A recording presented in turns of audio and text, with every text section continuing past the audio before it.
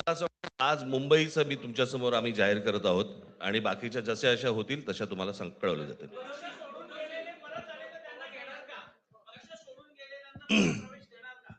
मग कोण गेलेत?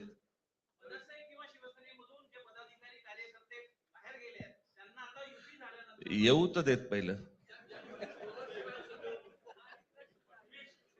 ते जरतर वरतीच खूप असतं सगळं.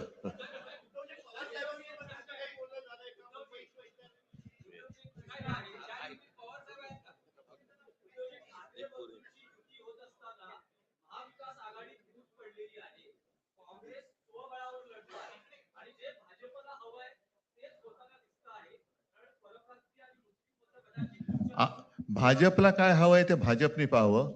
मराठी माणसाला काय पाहिजे ते आम्ही पाहतो.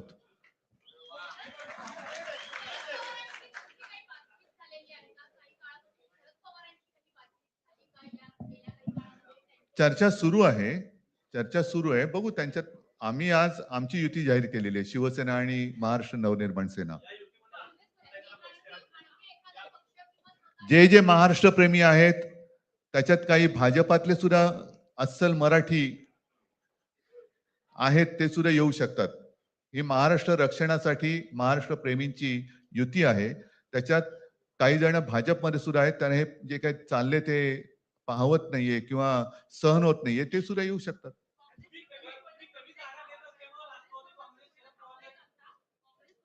काँग्रेसने जर जाहीर केलं ना, हो मग आता म्हणजे आणखीन काय बोलायचं? तोडलं का?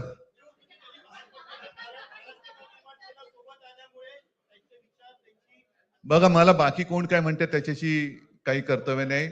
मी परत एकदा सांगितलं, महाराष्ट्राला आणि मराठी माणसाला काय पाहिजे ते आम्ही दोघं बघतो.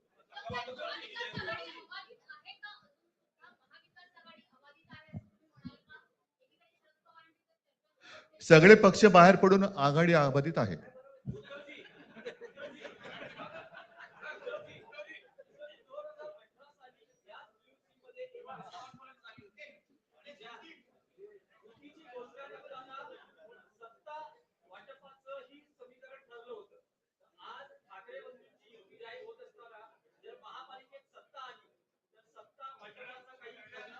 त्यावेळेला आम्ही हा निर्णय जाहीर केला होता आणि नंतर काय झालं तुम्हाला माहिती आहे. म्हणून आज आम्ही तो निर्णय जाहीर करत नाही आहोत.